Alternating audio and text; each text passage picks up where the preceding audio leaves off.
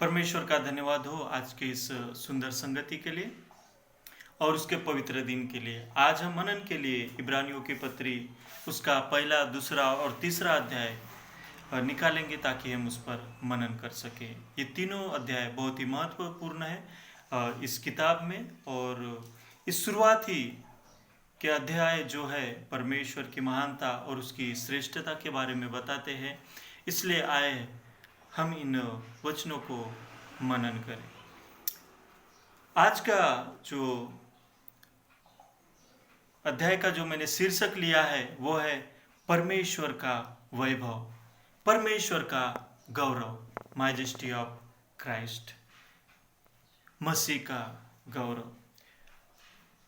जब प्रभु यीशु मसीह भविष्यवक्ताओं से, स्वर्गदूतों से और मूसा से भी श्रेष्ठ है, तो आए हम उसके करीब आकर उसको ध्यान करें। हालेलुया। जब मूसा से और भविष्यवक्ताओं से और स्वर्गदूतों से यीशु महान है, श्रेष्ठ है, तो आए हम उसके करीब आकर उसका ध्यान करें। इसमें पहले अध्याय में हम देखते हैं कि मसीह कैसे भविष्यवक्ताओं से श्रेष्ठ है। हालेलुया। वो महान है, वो श्रेष्ठ है।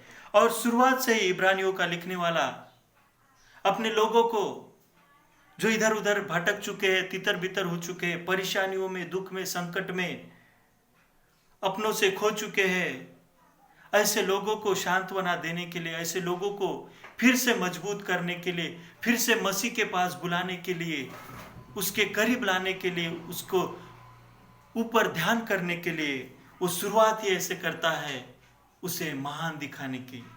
और सचमुच हमारा परमेश्वर महान है और इस पत्रियों में वो साबित करना चाहता है। वो कहता है कि यीशु भविष्यवक्ताओं से भी महान है, इसलिए आए हम उसकी महिमा करें, उसके ऊपर ध्यान करें। क्योंकि पुराने नियम में और उससे पहले ही जब यीशु आने पर थे, परमेश्वर ने अपने वचनों को या अपने आप को थोड़ा थोड़ा करके अपने लोगों के ऊपर प्रदर्शित किया, अपने आप को एक्सपोज किया या दिखाया। वो अपने आप को पूर्ण रीति से इन भविष्यवक्ताओं के सामने प्रकट नहीं किया, लेकिन थोड़ा थोड़ा करके। और वहीं पर हम अगर तुलना करते प्रभु यीशु की, तो प्रभु यीशु पूर्ण रीति से, क्योंकि वो आदि में था और क्योंकि वो वर्तमान भी और भविष्य भी है, इसलिए सारी वो बातें जानता है। इसलिए हम जब नए नियम में इसमें पढ़ते हैं कि यीशु ने अपने आप को जब प्रकट किया, अपने पिता को जब प्रकट किया, इसलिए वो पूर्ण रीति से इस बाइबल को या अपने वचनों को हमारे सामने, या उद्धार के उन वचनों को, उद्धार की उस कहानी को पूर्ण रीति से हमारे सामने इस बाइबल में रखा है। इसलिए वो महान है, इसलिए वो श्रेष्ठ है, इसलिए वो भविष्यवक्ताओं से भी श्रेष्ठ है। क्योंकि परमेश्वर ने शुरू में थोड़ा थोड़ा करके अपने आप को प्रकट किया, लेकिन यीशु मसीह में उसने पूर्ण रीति से, संपूर्ण रीति से अपने आप को प्रकट किया। इसलिए वो सारे भविष्यवक्ताओं से महान है। हम जानते हैं कि पूरी मसीहत परमेश्वर के ऊपर निर्भर है, उसके प्रकाशन के ऊपर निर्भर है, उसके व्यक्तिगत प्रकाशन जो उसने दिया है उसके ऊपर हमारी मसीहत निर्भर है। पूर्ण रीति से परमेश्वर पर निर्भर है। और जब प्रभु यीशु मसीह ने पूर्ण रीति से अपने आप को प्रकट कर दिया, इस बाइबल में दिखा दिया, अपने जीवन को ही हमारे साथ में जीकर उसने अपने आप को पूर्ण रीति से प्रकट कर दिया है, इसलिए वो सारे भविष्यवक्ताओं से महान है। हालेलुया। इसलिए आए हम, जब यीशु मसीह सारे भविष्यवक्ताओं से महान है, उसके करीब आए और उसके ऊपर ध्यान करें, उसकी महिमा करें। पुराने नियम में परमेश्वर ने थोड़ा थोड़ा बात किया, स्वप्नों के द्वारा, दर्शन के द्वारा और भविष्यवाणियों के वचनों के द्वारा उसने बात किया, लेकिन थोड़ा थोड़ा। लेकिन अभी प्रभु यीशु मसीह में उसने पूर्णतः अपने आप को प्रकट कर दिया है, पूर्ण रीति से। अभी और कोई रेवलेशन की और बहुत सारे प्रकाशन की आवश्यकता नहीं है, और हमें इधर उधर खोजने की आवश्यकता नहीं कि कौन सा पास्टर क्या बता रहा है, कौन भविष्यवाणी कर रहा है, क्या कर रहा है। हमें अभी प्रभु के पास आना है। मेरे भाई और बहनों, आज बहुत सारी जो शिक्षाएं हैं वो हमारे आसपास हो रही है और हमें प्रभु से दूर लेकर जाती है। अगर हम इन भविष्यवक्ताओं को यीशु से ज़्यादा महत्व देते हैं, या आज के भविष्यवक्ताओं को भी हम प्रभु के वचनों से ज़्यादा महत्व देते हैं, इसका अर्थ यह है कि हम प्रभु की महिमा नहीं कर पा रहे, पूर्ण रीति से उसको महिमा नहीं दे पा रहे। इसलिए आए आज हम जब वचनों से सीखे हैं, या परमेश्वर का वचन ही प्रदर्शित करता है कि वो सारे भविष्यवक्ताओं से महान है, चाहे वो पुराने नियम के हो, चाहे आज के जो हो, या आने वाले दिनों के हो, क्यों ना हो, लेकिन प्रभु सबसे महान है, सारे भविष्यवक्ताओं से महान है। इसलिए उसके करीब आए, उसके ऊपर ध्यान करें। दूसरा जो हम बात यहाँ से सीखते हैं वह यह है कि हमारा प्रभु सारे स्वर्गदूतों से महान है, सारे स्वर्गदूतों से वो महान है। पुराने नियम में पहली सदी से और आज भी हम देखते हैं संसार में बहुत सारे लोग स्वर्गदूतों की पूजा करते, स्वर्गदूतों को आराधना करते, स्वर्गदूतों को श्रेष्ठ समझते हैं। लेकिन आज जब हम इब्रानियों की पत्री को पढ़ते हैं तो इब्रानियों का लिखने वाला उन सारे लोगों को जो तितर बितर होकर रह रहे, परमेश्वर को मानकर आज परेशानी में, दुख में, संकट में जी रहे हैं, वो लोग समझ नहीं पा रहे हैं यीशु मसीह में। और जब स्वर्गदूतों में जब कंपेयर करते हैं अपने उन शिक्षाओं को जो सुनते आ रहे हैं, समझते आ रहे हैं और आज देखते आ रहे हैं, उन्हें बहुत ही कंफ्यूजन हो रहा है कि यीशु महान है या वो स्वर्गदूत महान है जो पहले से आकर हमें दर्शन देकर पुराने नियम में आकर हमारी मदद करते थे, सहायता करते थे। लेकिन जब हम पहले अध्याय को पढ़ते हैं, यहां पर बताया गया है कि स्वर्गदूतों से कुछ कम ही उसको बनाया गया है, यानी उसने मनुष्य रूप धारण किया है।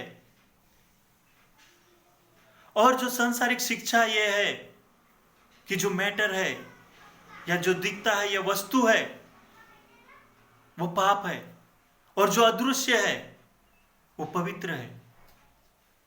इस विचारधारा को तोड़ने के लिए, या इस देह को जो नाशमान है इसको तुच्छ जानने वाले लोगों के लिए आज परमेश्वर का दास इब्रानियों को लिखने वाला उनको लिखता है कि नहीं, प्रभु यीशु मसीह शरीर में था इसलिए ही वो श्रेष्ठ है, क्योंकि परमेश्वर ने स्वर्गदूतों को भी बनाया है और वो हमारी सेवा टहल के लिए, परमेश्वर की सेवा टहल के लिए है। और वो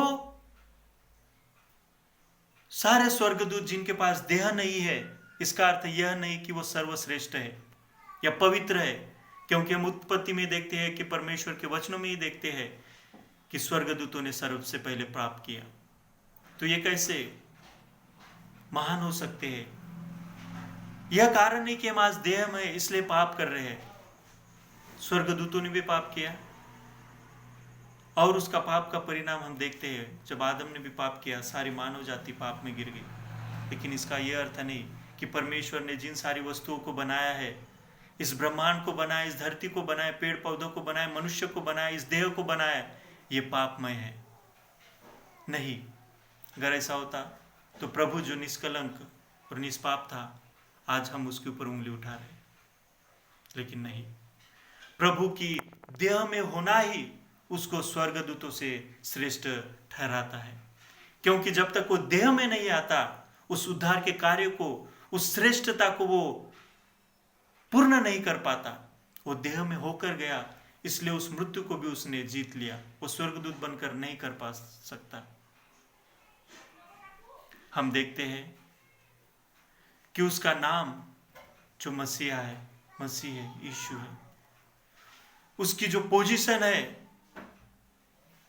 और उसकी महिमा या उसकी आराधना स्वर्गदूतों के द्वारा की गई, इसलिए वो महान है। उसका पद, उसका नाम और स्वर्गदूतों के द्वारा वो अपनी महिमा को करता है। स्वर्गदूत को भी उसकी आराधना करते हैं, इसलिए वो स्वर्गदूतों से भी महान है। बाइबल बताती है कि वो सारे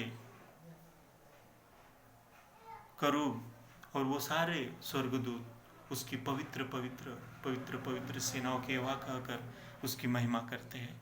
बाइबल इस बात की गवाही देती है, इसलिए वो महान है, स्वर्गदूतों से महान है। उसकी जो परमेश्वरत्व है, उसकी जो दैविक शक्ति है, उसकी जो ईश्वरीय ताकत है, वही उसको महान बनाती है। क्योंकि प्रभु यीशु मसीह 100% मनुष्य था और 100% वो परमेश्वर था, इसलिए वो स्वर्गदूतों से महान है। पहली सदी में बहुत सारे लोग एंजल वर्शिप करते थे, स्वर्गदूतों की पूजा करते थे, और आज भी बहुत सारे हमारे आजू बाजू के लोग स्वर्गदूतों की पूजा करते हैं। वो शरीर में नहीं है स्वर्गदूत, और हम मनुष्य शरीर में है। प्रभु यीशु मसीह शरीर में है, शरीर में है, इसलिए इसका अर्थ ये नहीं कि वो स्वर्गदूतों से कम है, लेकिन वो ह्यूमैनिटी ही, वो मनुष्य रूप धारण करना ही, देह धारण करना ही उसको स्वर्गदूतों से महान बनाता है। क्योंकि उस उद्धार के कार्य को पूरा करने के लिए वो जब उस देह से होकर गुरस जरता है, जब देह धारण करता है, वो जब महान परमेश्वर होने के बावजूद भी मनुष्य रूप धारण करता है, वो स्वर्गदूतों से महान ठहरता है। इसलिए अपनी विचारधारा को हमें संतुलन में लाकर, बैलेंस करके हमें आज प्रभु के बारे में सोचना है। आप महान मानते होंगे जो अदृश्य शक्ति है या स्वर्गदूतों को, लेकिन आज बाइबल को पढ़ने के द्वारा, उसके वचनों को पढ़ने के द्वारा, इनको समझने के द्वारा हमें आज समझने की आवश्यकता है कि प्रभु स्वर्गदूतों से भी महान है। और जब प्रभु स्वर्गदूतों से महान है, स्वर्गदूत भी उसकी पूजा करते हैं, उसकी आराधना करते हैं। आए हम उसके करीब आकर उसके ऊपर ध्यान करें, उसके ऊपर मनन करें। तीसरी बात जो है इस अध्याय में से हम जो सीखते हैं वह है कि प्रभु यीशु मसीह जो है मूसा से भी श्रेष्ठ है। सारे मसीह लोग, यहूदी लोग जानते हैं कि मूसा ने परमेश्वर के 10 आज्ञाओं को परमेश्वर से लेकर आया, उससे बातचीत किया, और उसने पंचग्रंथ, पेंटाटुक, 5 किताबें जो शुरुआत की बाइबल की, वो लिखा है।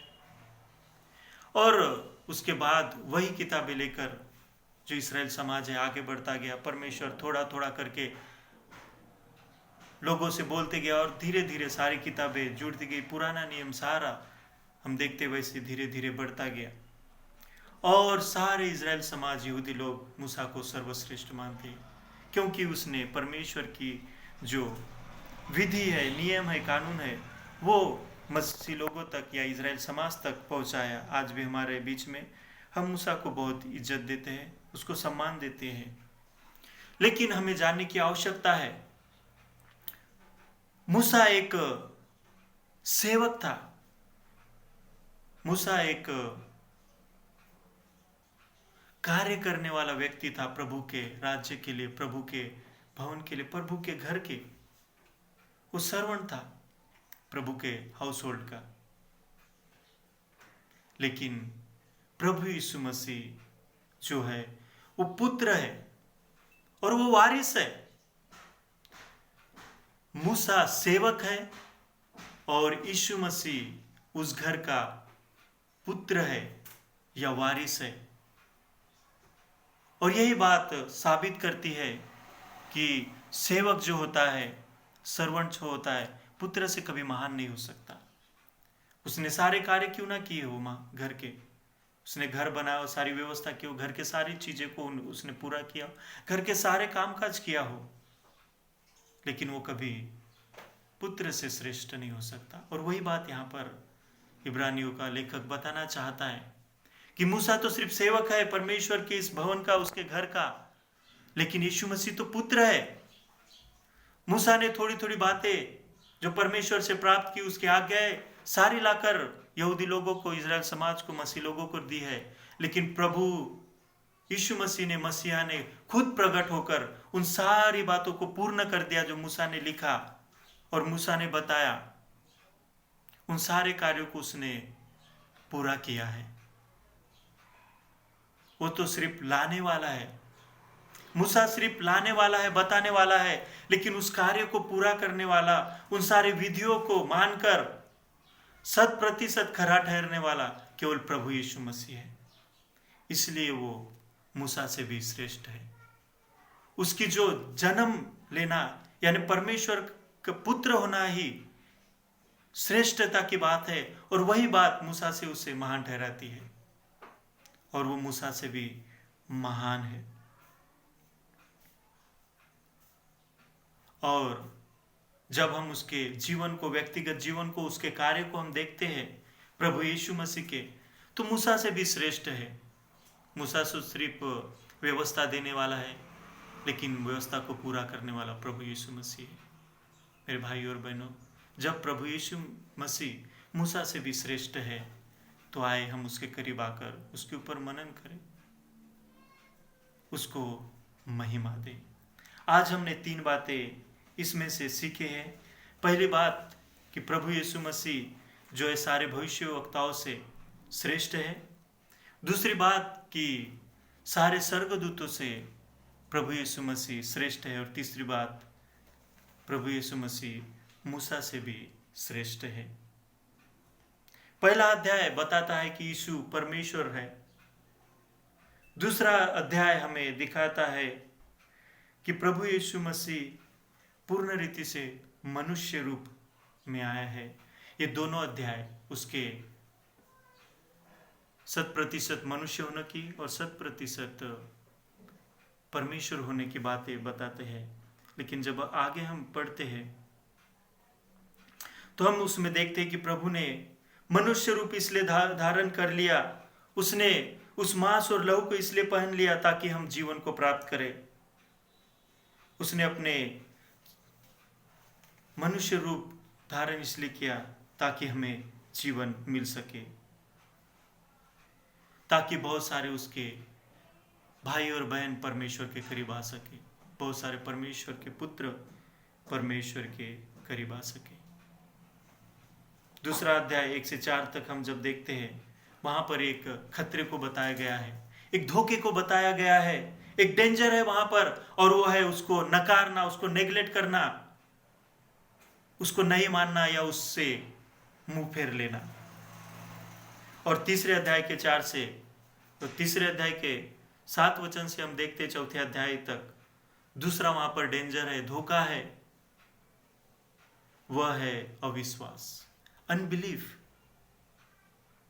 और ये 2 ही चीजें या 2 डेंजर को दूर करने के लिए ये दोनों तीनों अध्याय लिखकर इब्रानियों के सुनने वालों को, पढ़ने वालों को आज इब्रानियों का लेखक बताना चाहता है कि इन दो जो धोखे हैं या खतरे, इनसे बचो। पहला उसको नेग्लेक्ट करना और दूसरा है उस पर अविश्वास करना, अनबिलीव करना। और फिर हम देखते हैं कि चौथे अध्याय में वो चैलेंज करता है। आज हमें वो एक चैलेंज देता है, और वो चैलेंज क्या है कि हम उसके ऊपर ध्यान करें, ताकि हम उसके उस पवित्र भवन में, उसके उस रेस्ट में, उसके सांत्वना में, उसके पवित्र स्थान में हम प्रवेश कर सके। उसके विश्राम के स्थान में हम प्रवेश कर सके। आज हमारे लिए एक चैलेंज है, हमारे लिए एक बहुत ही बड़ी बात है कि हम उसको नेग्लेक्ट ना करें या उस पर अविश्वास ना करें, जैसे कि वहां के लोग कर रहे थे। प्रभु यीशु मसीह जब इस संसार में आया, उसने इन सिर्फ बातों को बताया नहीं, सिर्फ बोला ही नहीं, लेकिन उसको उसने किया। Whatever he spoke, he did. He lived. आज हमें जब उसके वचनों को जब सुनते हैं, जब एक दूसरे को सिखाते हैं, हमें सिर्फ बोलने वाला ही नहीं, लेकिन उसके ऊपर चलने वाले होना चाहिए, क्योंकि प्रभु यीशु मसीह ने वायदा किया कि वो आएगा हमारे लिए। वो आया और उसने किया हमारे लिए, उस जीवन को जिए। इसलिए आए हम उस चैलेंज को एक्सेप्ट करें और इन दो खतरों से बचे रहे, यीशु मसीह को निगलेक्ट करने का और उसके ऊपर अविश्वास करने का। आए हम पूर्ण विश्वास के साथ प्रभु को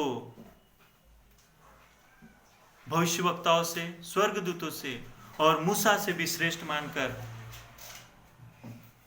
उसके ऊपर ध्यान करें, उसके ऊपर मनन करें, उसको महिमा दें।